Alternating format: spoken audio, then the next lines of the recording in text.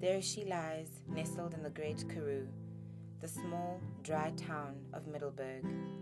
There she hides, in streets both tarred and dusted, the small, dry town of Middelburg.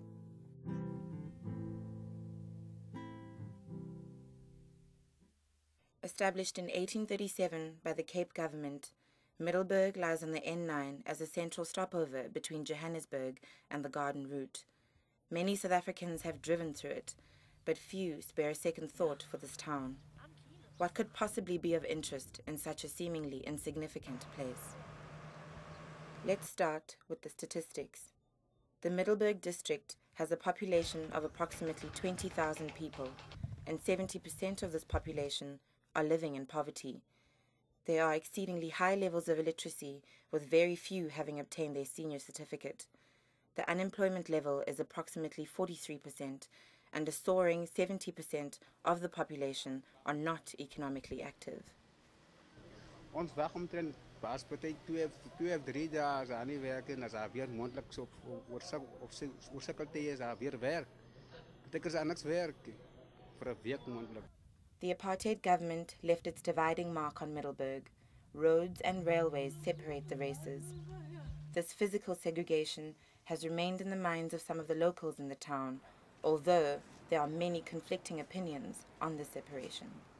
Ons moet net aanvaar dat rasisme seker deel van enige gemeenskap, maar dit is definitief nie 'n probleem hier nie.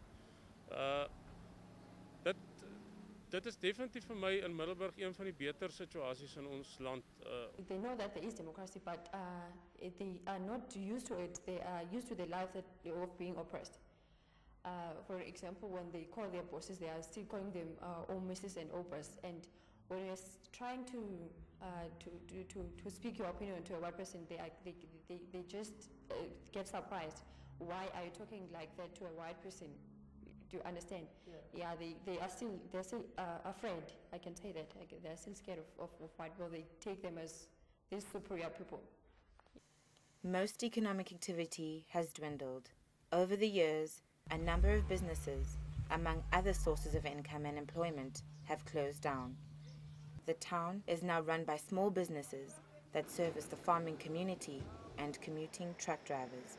This has been linked to an increased HIV/AIDS rate, a pandemic which plagues the community and places strain on already limited resources. The dependency ratio is extremely high, with many pension-headed households struggling to survive.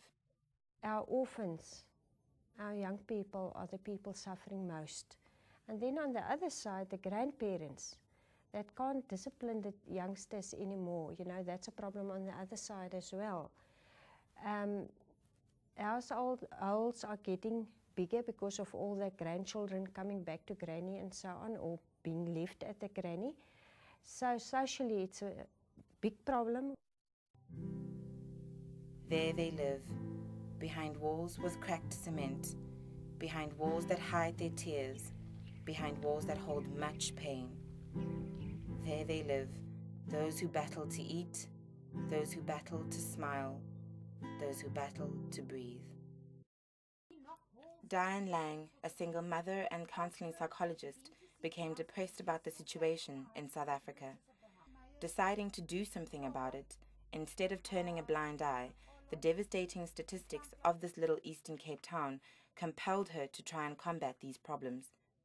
Based in Port Elizabeth, Diane travelled to and from Middelburg 3 times a week to start an HIV/AIDS adult education program, unaware of where it would lead her. I was flying back from Edinburgh to South Africa, and I got a panic attack on the plane, and I thought, why have I got this panic attack? It was just out of the blue, and I realized that I actually didn't want to come back to South Africa. And that realization was quite a shock, because I had experienced the freedom from crime in the UK, and it was a different kind of a freedom to the freedom from the responsibility of children. And I thought, well, no country really wants me. I mean, I'm a South African. I can't get hold of one of these, grandfather passport, British passports, and well, here I am. This is it. And I'm not going to be one of these whining South Africans saying, oh, but it was better with the old government. You know, I'd better do something about it. And well, what could I do about the crime? Nothing. What could I do about the unemployment? There's nothing I could do about that. I thought, oh, but people are also dying like flies from AIDS. We can do something about that. And within 2 weeks of landing back in South Africa, I actually ran my first HIV AIDS awareness workshop. I wanted to go somewhere to do this AIDS awareness where it had the highest AIDS rate, and where there were no NGOs, where nothing was happening. And I found this little dorpie, this little town, Middelburg, middle of nowhere. Dianne remained devoted to the HIV/AIDS awareness project until she heard the noise of children outside her bedroom window one evening. And there were 3 children. One was a little boy. His name was Sam. And, well, actually I gave them names because they were nameless. Sam was about 3 years old, and he was really ill. He was dying of AIDS. And there was Betty and Patricia. And they were about 10 years old. Both of them had been gang raped. And Betty had a huge hematoma on her head where she'd been beaten with a brick during this gang rape when she tried to run away. But I first fed them. I gave them something to eat. And then I ran the bath water and put Dettol in the bath water, and I gave them a quick wash and put them into some of my clothes which they drowned in. Then I put them into my bed and covered them up, and I watched this little Sam all night because I thought he was going to die. And the next morning I took them to the welfare, and I said, you must please take these children and, you know, find homes for them, do something. And they said, oh no, we don't have things like that. These are street children, you must put them back on the street. I was absolutely horrified. I thought, oh my goodness, now I've got these 3 sick children, I can't even go back to my practice, I'm going to have to stay here now until these kids die. Maybe it's a few weeks or whatever, but they're not going to die cold and hungry and alone and afraid. I'll make sure of that. And I had them for about 10 days when I was told by somebody that there was a child for sale for 50 rand. This can't be. And I said, well, I'll buy it. I mean, I've got 3, yeah, I'll buy this thing for 50 rand, you know. So what I did is I went into the township and I went to have a look at this child that was for sale. I found this child. She was sitting naked next to a primus stove on the floor, and she was pitiful. I mean, she was skin and bone, literally. Her eyes were glassy, and she was seriously dehydrated. She was really close to death. And I thought, if I don't take this child out right now, she's going to be dead. The history of this child was that her real mother was a prostitute, and she had been locked up in a cupboard for 9 months because the mother was busy with her business, and she would just be thrown food in a bottle. And then the welfare intervened and gave this child, put it into foster care with this woman. This woman didn't get a foster care grant, so decided not to feed her, but fed her other children. And when she didn't get a foster care grant, she decided to sell her for 50 rand. Today, Mary goes to school. She is an incredibly beautiful little girl. Diane has rescued many others like Mary, and from 4 children, the numbers grew. The Diane Lang Foundation opened a care house for abused and neglected children in 2000, and today it houses 37 orphans. They each have a warm bed, are fed 3 meals a day, attend school, and are loved by the dedicated caregivers in the home. Uzile uDiane apha emetele eze kuza kufundisa nge-HIV and AIDS, and then wanditrainer ndayi qualified ye-HIV and AIDS. Ndabe ndinafumana certificate ne-ONS ne-home based care yonke loo nto leyo. Waze emveni koko wasebenza ngabantwana, ndaqala naye ukusebenza ngabantwana. As rewarding as her work may be, the continuous emotional strain Diane is placed under by dealing with abused children is not her only stress. She has to constantly fight to get support from those who are employed by the government to protect the rights of South Africa's children. The Middelburg Police, Social Development Department, and other bureaucratic structures fail Diane in the investigation and prosecution of abuse cases. There's been no support from the government, no support from the social development. In fact, I've only been harassed by them, and I've been policed by them.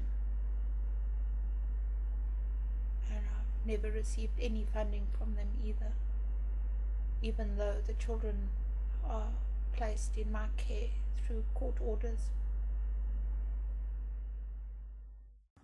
The government places the foundation under immense pressure to comply with archaic child care regulations without fulfilling their duties as a social development institution.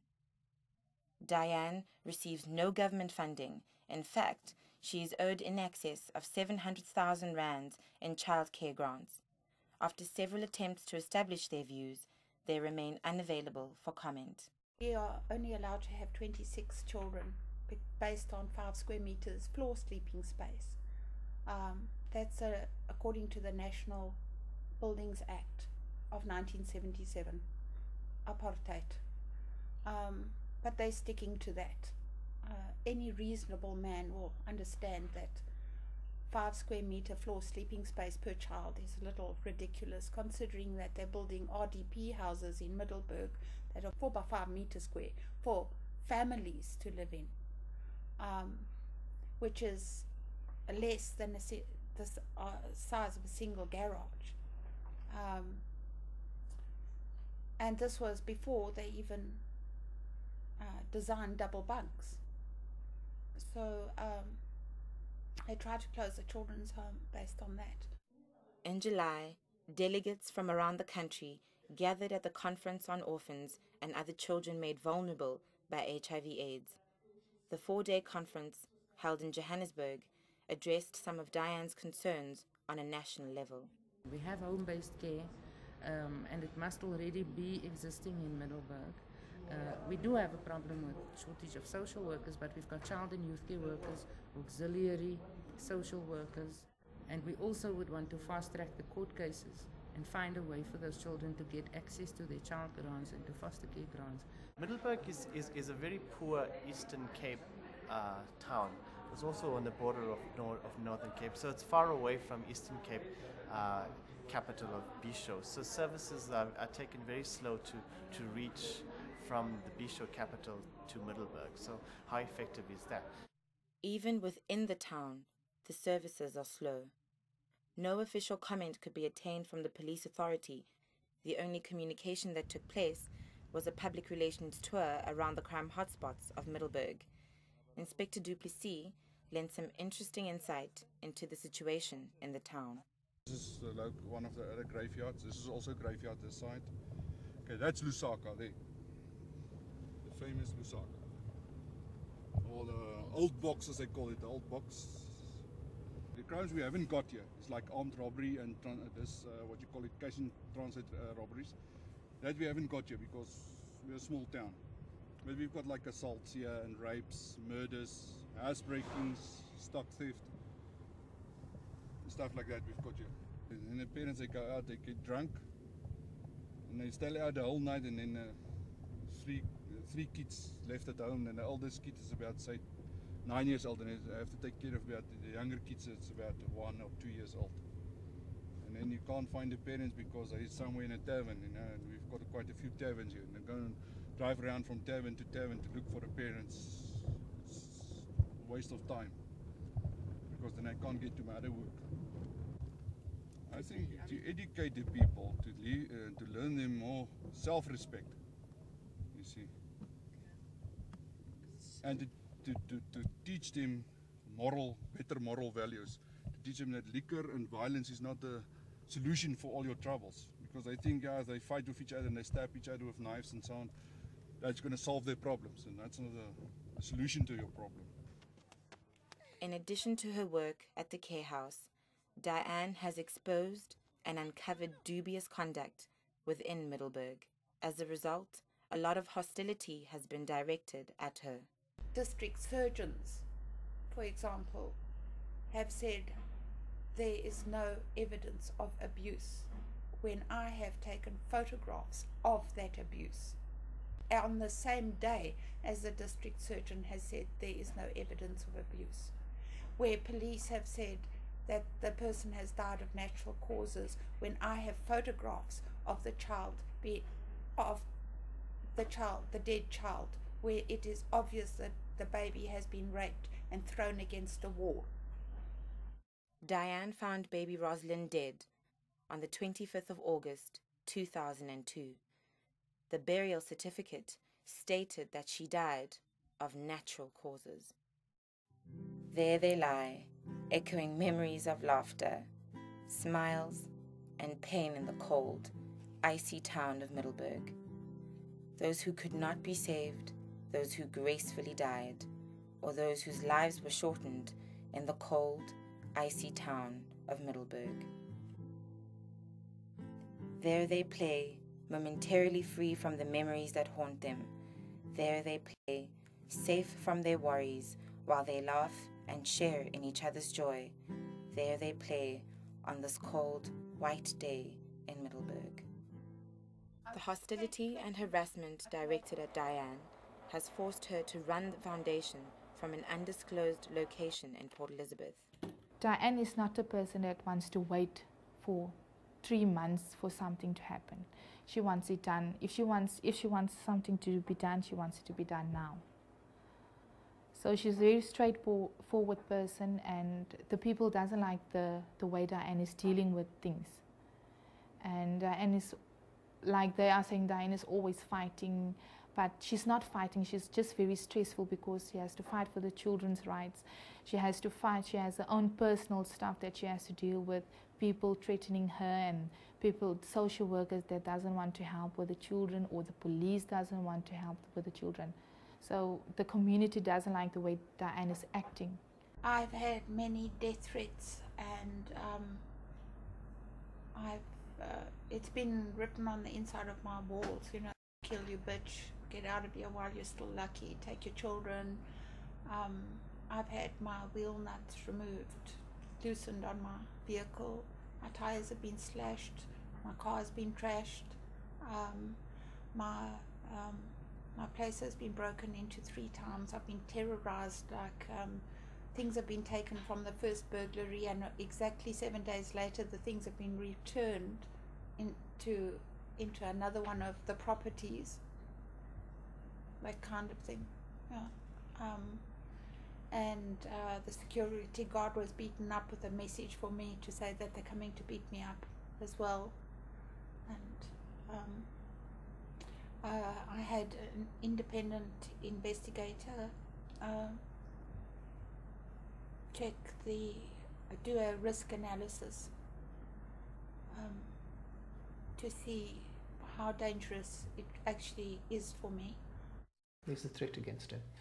There's a definite threat against her. And I think she's a very, very scared lady at the moment, because it's just not one incident. It's just not the one incident that's written on the wall. It's a lot of things. One of her friends has died because of, we suspect because of knowing too much about the death of the little girl. So, is she next? That's the question. Is she next?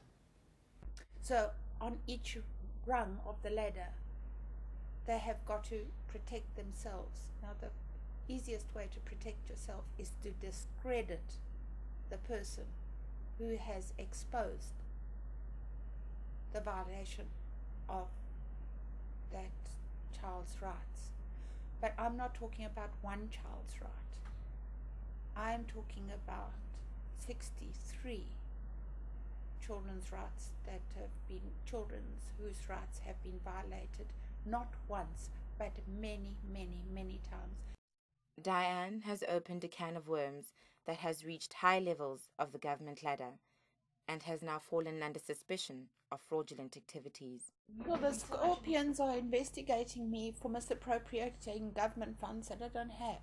I mean, then my first emotion is anger, and then the next emotion is despair, and then I feel nothing. Nothing. In addition to being away from her children for long periods of time, Dianne is forced to make frequent trips overseas in search of funding. These trips are physically and emotionally draining for Dianne and contribute to the helplessness she feels about the future of South Africa. Bonke abantwana bayakhala ngoba uphi na phakathi kwethu because ebesinika olathando, ebesinika into esifunayo, bava kabuhlungu. I just want to say to Mama D, she must know that we're not going to forget her, and we love her very much. She's like a mother to us. Siyavuya kuba lapha ke house ngoba kule ndawo bendisuka kuyo ibingandifanelanga, bengafuna uhamba isikolo, bendifriza, bendiyenza yonke into embi mana ebomini bam. Ngoku ndiyofika apha ke house ndajika, ndangumntu omright, nento yonke loo nto. I'm at a crossroads and I don't know if I can carry on, you know. Yeah, I am tired, really. I'm being so honest. But maybe tomorrow, you know, this is the thing. I get here and then tomorrow I wake up and I think, fuck you all, man. Fuck you all. I'm going to fuck you up, all of you. Because who else is going to speak for these children? There they dance, creativity healing their wounds, mending their souls. But what lies behind those smiles has been entrenched in the harsh lives they have lived in Middelburg. There they dance, young but with a threatened innocence, eyes exposed to much in their short but harsh lives in Middelburg. Now they smile. They have found warmth in the small town of Middelburg. How long will these smiles last? Whose hands are responsible for sheltering these smiles? Now they smile. They found love in the town of Middelburg. Is it enough to erase the grievances of the past? Is it enough to safeguard the warmth they have found in the small town of Middelburg? Sometimes the world can get weary, can get cold, so cold. Sometimes the world can get weary. I feel so cold, so cold. Less sad is the one who's got a shoulder to turn to.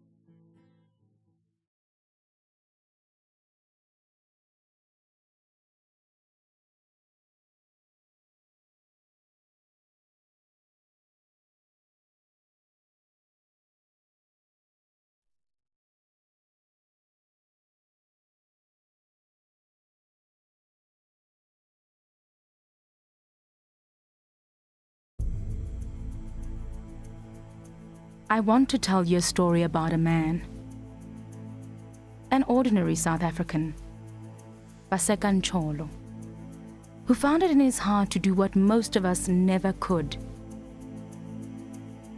When his younger brother, Tsepo, a brilliant student who had just earned his honors degree in economics, was gunned down by a car hijacker, Paseka decided to end the cycle of violence by reaching out to the perpetrator and offering him his forgiveness.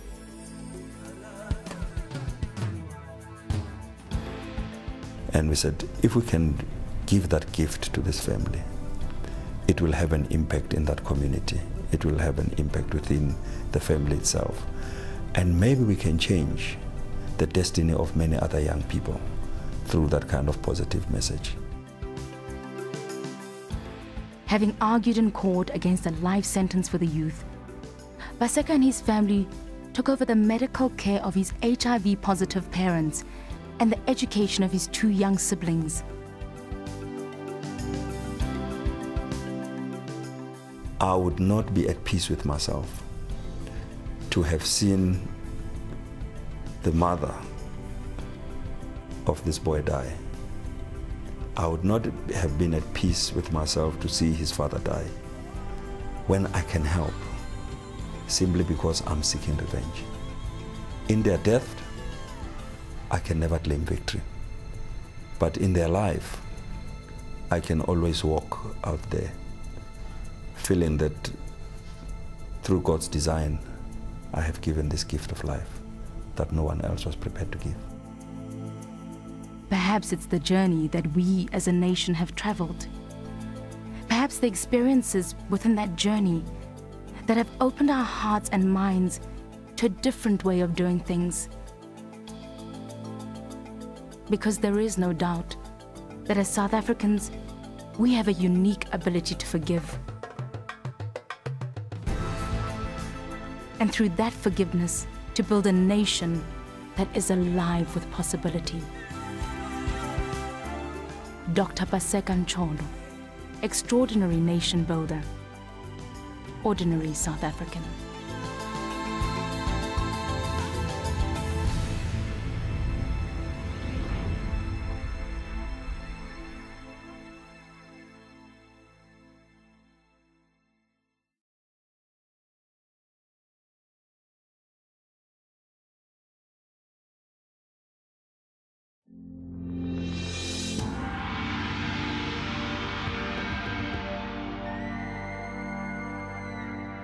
Meet Thembi Nkambule, an unemployed single mother who, along with others in her community, decided to stop waiting and start doing things for herself and her family. In the process, building a nation that is alive with possibility. Pooling the precious cents that would otherwise put bread on their tables, they bought bricks and set about building simple yet solid houses to replace their tin and wooden shacks. Today, over 300 houses built by the Masisizane Women's Housing Services Cooperative graze the Ivory Park landscape. And many of the 34 members have permanent jobs in nearby communities as bricklayers and plumbers. My vision for the future, I want us to have a piece of land where we'll build houses and come and stay together as the community and bring back that Ubuntu, the African cultures. Thembi Nkambule, passionate community builder, ordinary South African.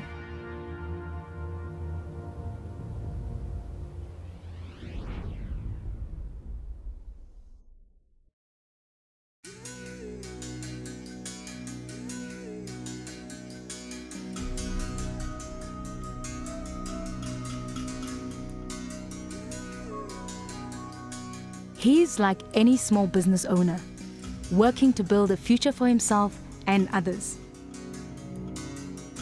But a few years ago, Vusindlovu was behind bars, serving a 6-year sentence for car hijacking and armed robbery. What happened? just 21, with no prospects beyond a life of crime, he decided to turn his life around. So in prison, he completed his schooling, paid attention to the rehab programs, and never looked back. Today, Vusi owns a bustling supermarket in Randfontein. He works hard, and because of that, he received a grant from the SAB Kickstart program. The best thing in life is that you must believe in yourself. In whatever you are doing, you must know when things are not right, you are the one going to suffer. Looking back, Vusi acknowledges the hard decisions he made in prison. They forced him to focus on the future and gave him a second chance at a life in a country that is alive with possibility. Vusi Ndlovu, extraordinary role model, ordinary South African.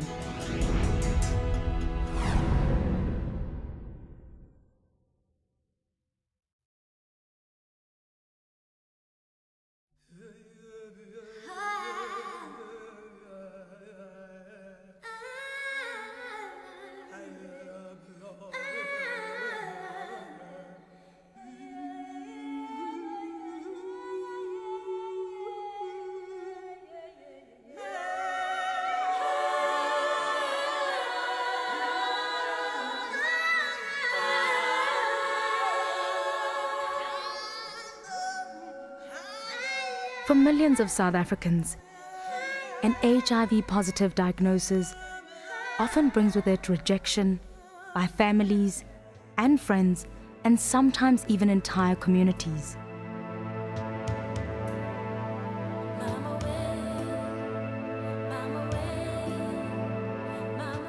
But for trained nurse and pastor, Sister Corrine, it's an opportunity to offer hope and love to mothers and children who have nowhere else to turn. Responding to a call from God and armed with an otherworldly vision of a village of dome dwellings, Sister Corrine created the world's first hospice for terminally ill AIDS sufferers on a field in Soweto. Her positive attitude and provision of antiretroviral treatments sees many patients finding a new lease on life. Indeed, some grow so well that her newest challenge involves equipping them with skills to support themselves into the future. For the adults and the 188 orphans, Sparrow Rainbow Village offers quality care and a future in a country that is alive with possibility. It's very fulfilling, and at the end of the day, you've achieved something worthwhile, and it really is very, very heart-fulfilling. Sister Corrine McClintock, extraordinary caregiver, ordinary South African.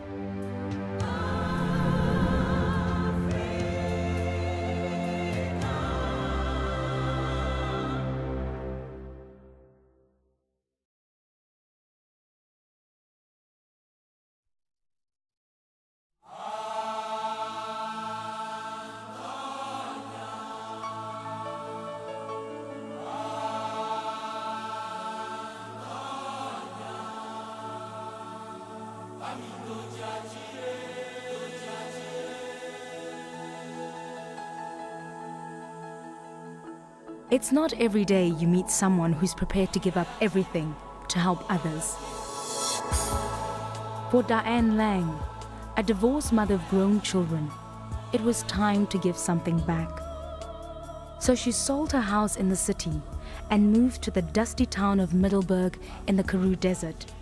Here, she opened her heart and her home to children, many still in nappies, who had been abused by parents and abandoned by the community.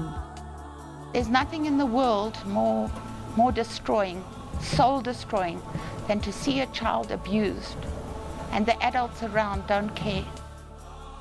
Some of the children are so weak that all she can do is moisten their lips and strap them to her chest.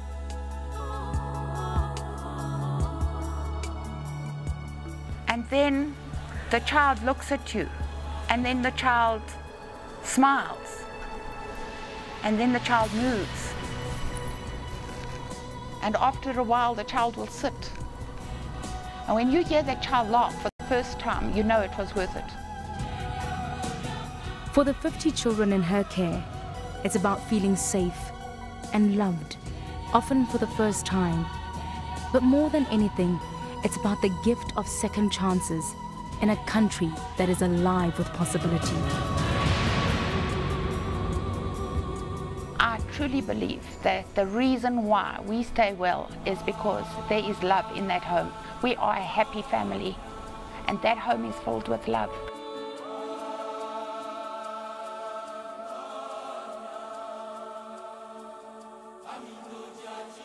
Diane Lang, extraordinary caregiver, ordinary South African.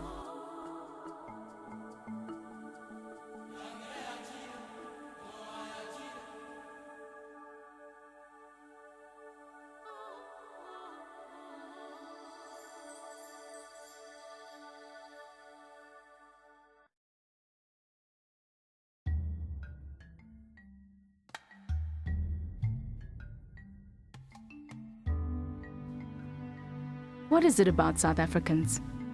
For decades, shunned for our racist policies.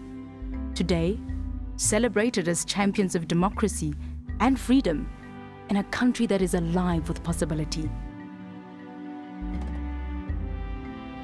It's people like Justice Beck who make this extraordinary nation possible. Once an anti-apartheid activist, sentenced to death for his role in a mob killing. Today, a passionate advocate for collaboration and change. Justice marvels at the capacity of South Africans to strive together for a vibrant and robust future. It's not difficult for me to work with people who I knew 10 years ago. Were not just my opponents, were my enemies. They would have killed me if they had the opportunity, and I would have done likewise with a smile then. But today, me and those people are jointly working to improve my society. And you know the irony, here is the black man who didn't have the right to vote 10 years ago, 11 years ago. He's heading the Electoral Commission in South Africa, in the Northern Cape. How much more do you want? How much more do we show that indeed our country has moved? A long, long way from where we were before.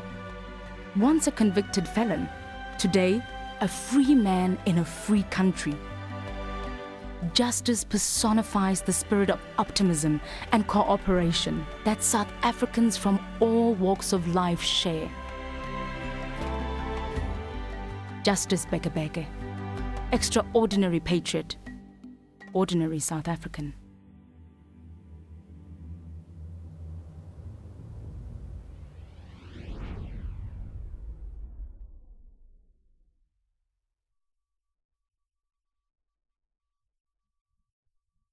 The 4th annual Clarence Fair Lady Most Dynamisante Women Award presentation was held in Johannesburg. Now, this award recognizes and supports women who have conceived and carried out initiatives that uplift and enrich the lives of children. Kopano Rammekwa and the cameraman Andre Gous were there. The world belongs to our children. It is our duty to preserve this right. This is the philosophy that drives Clarence Paris, the specialist in skin care. Clarence supports initiatives that protect children and improves the health of women. Since 1997 and over the 4 continents, Clarence has given awards to outstanding women who give hope to children in distress and defend their dignity. So far, 20 women worldwide have been honored with Clarence Awards. Clarence is a very civic-minded company, embarking on many different initiatives. Caring for the environment is one. The other one is research into polyarthritis, which is a disease which mainly women suffer from. And then came the Most Dynamisant Woman of the Year award, which cares for children. And most recently, France have developed a new award, and it's called the Clarence Man Award, and that is awarded to a man who works in nature conservation. So it's an all-encompassing sort of caring philosophy that is adopted through healthcare, nature, and children. The fourth recipient of the Clarence Fair Lady Most Dinamisante Woman Award is Diane Lang, who cares for 67 abused and abandoned children in Middelburg in the Eastern Cape. Her mother, Teresa Roll, was unceremoniously thrust upon her when 3 children were left on her doorstep soon after she had moved to Middelburg to do HIV/AIDS work. She says at the time she didn't even like children, but realized that since no one wanted those children, she just had to take care of them. As time went by, more and more children found their way to her home, and she took them all in. Now she has 67 children, and she loves them with a passion that is evident when she relates her story. Diane says the children are her reason for living, and she loves them as though they were her own. She says she wants to give them not only their roots and a sense of belonging, but wings so that they can fly and be whatever they want to be. Pressed for money, Diane made a heart-rending sacrifice. She sold her seaside house so the proceeds would go towards taking care of the children. A video shot at Diane's care house in Middelburg was played at the presentation. She was so overcome by emotion, she cried. Diane is a very good person. She's loving, taking care of us. We love her so much. And Diane, she's taking care of us because she knows where we come from. She knows our past. She's a loving person. And we love her so much. In our times of troubles, Diane is always there for us. We want to say we love you, Diane. Diane also received 150,000 Rand prize money in recognition of her selfless work. Although overjoyed, especially because the money would do wonders for her children, Diane is one angry mama. We have a wonderful constitution in this country. We have a wonderful Child Care Act. But it may as well be written on a piece of toilet paper for all it means to the children in this country. Now, somewhere the buck has got to stop. If our Child Care Act cannot be monitored, if it means nothing to the abused, neglected, abandoned, dying child, what is the point of us having that Child Care Act? And the buck has got to stop somewhere. And I believe that the minister has got to be held responsible for that act. To echo Diane's sentiments, the children are the future. If we don't look after them, then we are a nation without a future. I'm Kopana Rammekwa reporting for Morning Live. And if you'd like to comment, as we always urge you to, you can write to us at morninglive@sabc.co.za 011 714 5193. And that is our fax number. Still to come on the program, we're going to be joined by Dr. Joseph Machila. He is Chief Director, in charge of Pollution and Waste Management.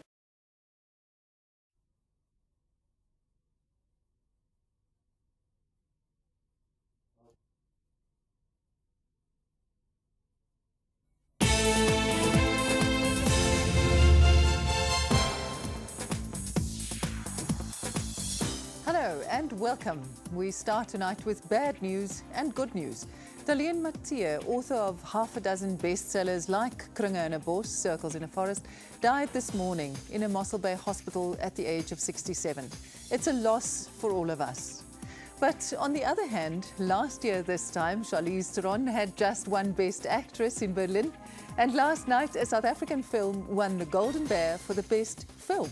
It's U Carmen Ekayalicha, a Xhosa screen adaptation of the opera. Congratulations to everyone involved. Our first story tonight is about another prize winner. Diane Lang was recently chosen as the Fair Lady Clarence Most Dinamisante Woman of the Year, but this woman is no obvious angel. Debbie travelled to the Karoo to meet her. A drama workshop in the Eastern Cape town of Middelburg. These children may be dancing and singing, but each one has a painful history. To protect them, the law prohibits us from showing their faces. This is Mary. As a baby, her prostitute mother locked her in a cupboard every day. She was placed with a foster mother, but when the childcare grant didn't come, she was sold for 50 Rand. This is Mary today, a happy toddler who lives in the care house. The remarkable woman who rescued her and all the other children here is Diane Lang. I know every one of them. I really know them. I know what their favorite colors are. I know their weaknesses, their strengths, the things they like, the things they're afraid of. I really know these children. There are 67 children in Diane's care. Their ages range from 18 months to 17 years. Most are HIV positive. Many have been assaulted. Some have been raped or sodomized. All were neglected. These children have become Diane's passion and life's work. But when she first came to Middelburg, Diane Lang had no intention of taking care of children. She was here as an HIV/AIDS educator working with adults in the townships. My children were big. I thought, oh, this is wonderful. My 18 years of life sentence is over. I can do as I please. But life is what happens while you're making other plans. One night, she was asked to look after 3 children found in a chicken coop. There was Sam, who was 3 years old and dying of AIDS. I mean, he was dying. The angel wings were flapping around this little boy. And there was Betty, and she had been gang raped. How old was Betty? 10. There was Patricia. She was about 11. Diane says the social workers weren't interested in the children.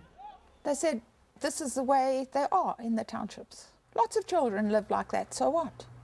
But at the time I was so naive, I actually thought it was only those 3. I didn't realize that we have more than 350 children living like that here in Middelburg. The children had nowhere else to go.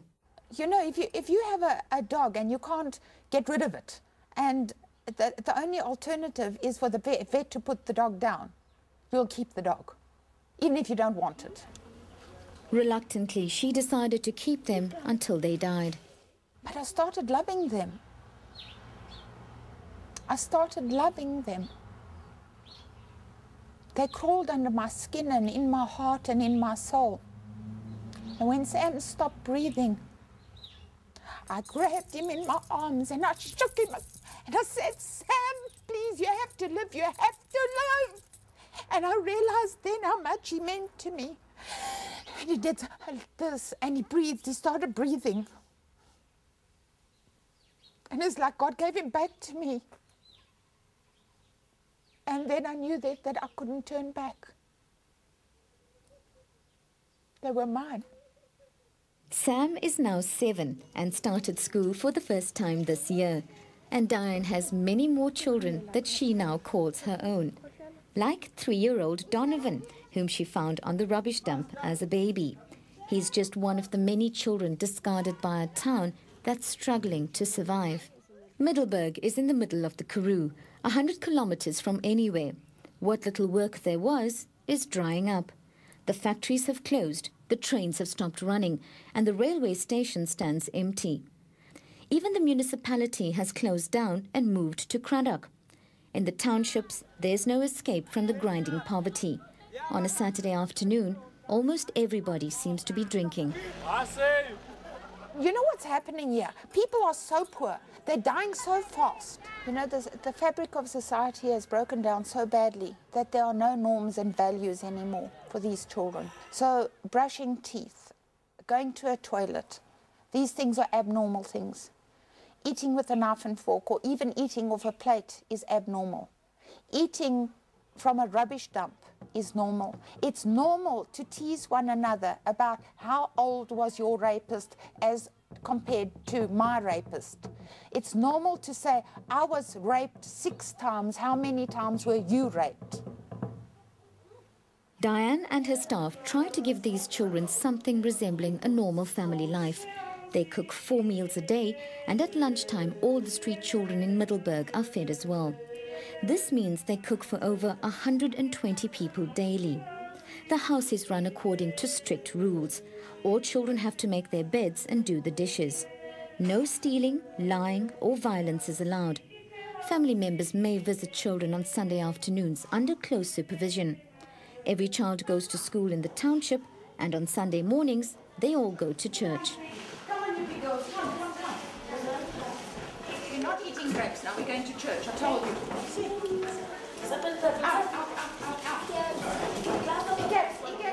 I decided we'd try out a number of churches.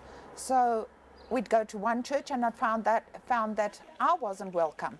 And then we'd go to another church, and then the children weren't welcome. So it ended up that we were actually started going to the Catholic Church, because that was the only place where we were welcome, and we were welcome there because we were the only members of the congregation. Diane is single-minded in her cause and uncompromising in her stance. She confronts every obstacle head-on and never backs down from a challenge. Not surprisingly, this sleepy Karoo town is struggling to cope with her. Ek het nie 'n probleem as hulle hier woon nie.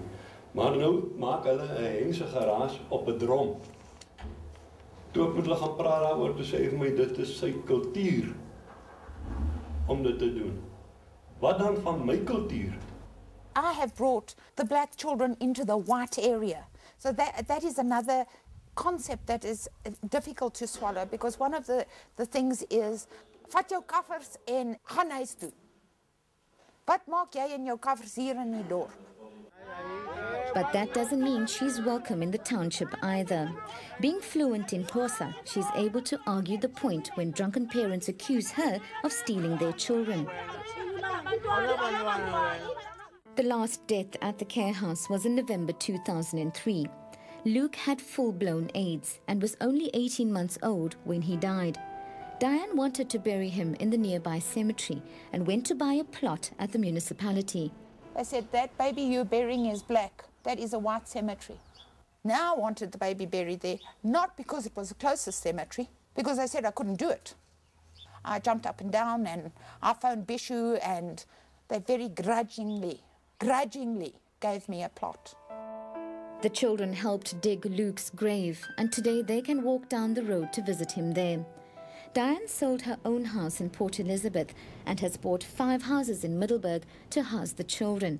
It costs 50,000 rand a month to look after them. Are you receiving any childcare grants? No, I did apply to social development. They sent me a letter to say that they will not be funding me. Why? They didn't give a reason. Even the Nelson Mandela Children's Fund say they have no money. So how are you managing to do this financially? Well, I had a beautiful home in Blue Horizon Bay on the beach. I had to sell that home to keep these children alive. Friends in Scotland send private donations and second-hand clothing for the children, and every few months she goes to the UK on lecture tours to raise money. It's not just the money thing, it's the lack of care. The Constitution and the Child Care Act is there to protect the child.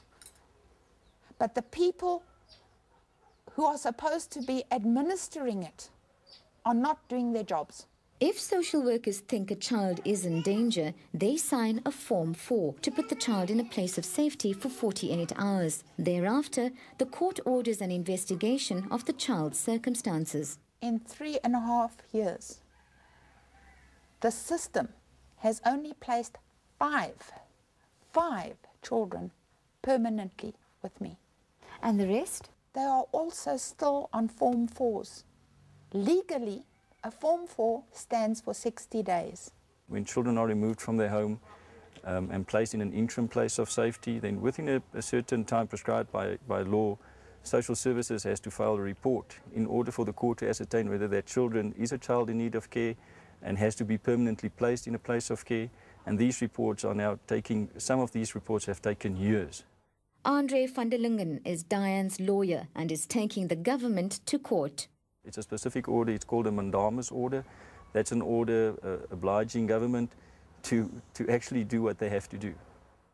Last year, social workers removed 24 children from Diane's care, including this baby, and returned them to their abusive parents.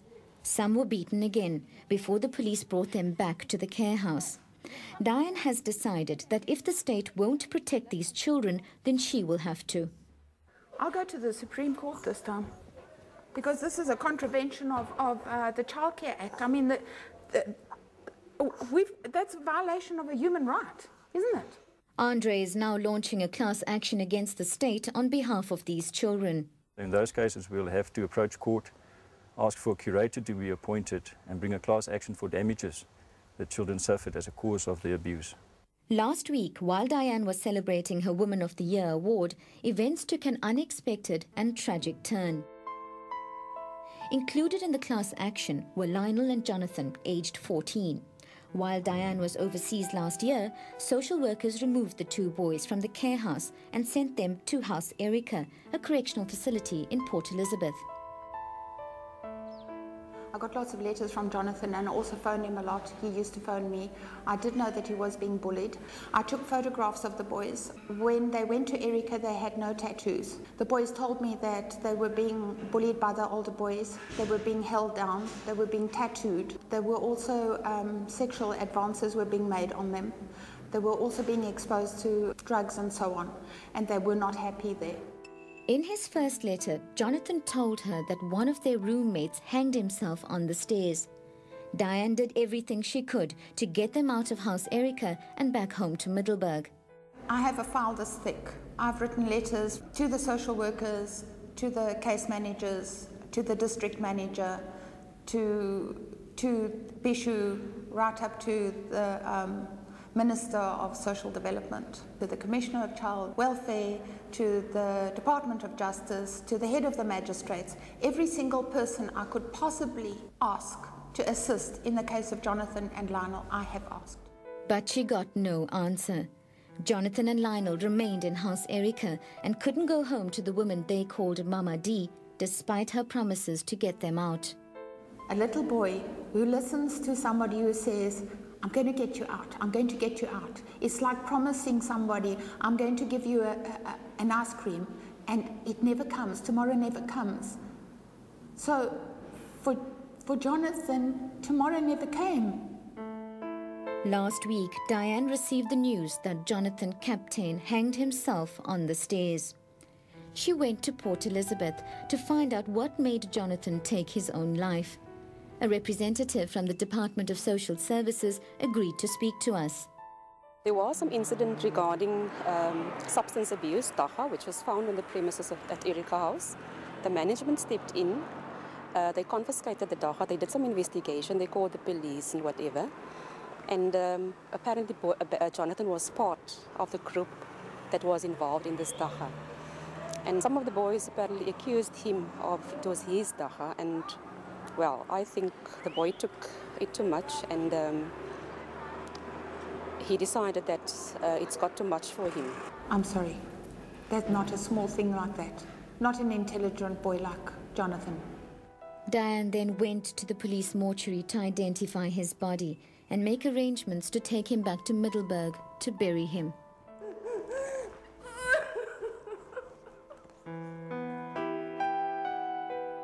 The social workers on that case, and not only the individual social workers, but all the way up, every single person I contacted from the beginning right up until now needs to be held accountable. Anybody who could have done something needs to be held accountable. I would say that we did not fail him, but there might be other reasons, emotional reasons, whereby the system could have failed him. If any one of those people had stopped and thought, if this was my relative, if this was my child, if any one of them had done that, he would still be alive. Jonathan was buried yesterday in the Middelburg town cemetery. I'm sad because I love Jonathan. I'm sad because of the loss of potential, that Jonathan could have done something for this country. And I've been saying for so long that if we look after our children, we're looking after our future. Jonathan was our future. And because we didn't look after our children, there's part of our future gone. But I'm actually passionate. If there are not people like me out there, who is going to speak for the children? Because nobody's listening to them. Do get this magazine and read more about Dianne and her work. Next up, can you relax and have faith when you send your car in for a service? And then later in the show, meet Mad Mike and Mark. I took my lucky cap, I hung it on one bush, we hid behind another, and those elephants picked up the scent. She's looking for us. Trashed that bush, killed the cap, They were very happy the cap was dead and then left us quite comfortably behind another bush.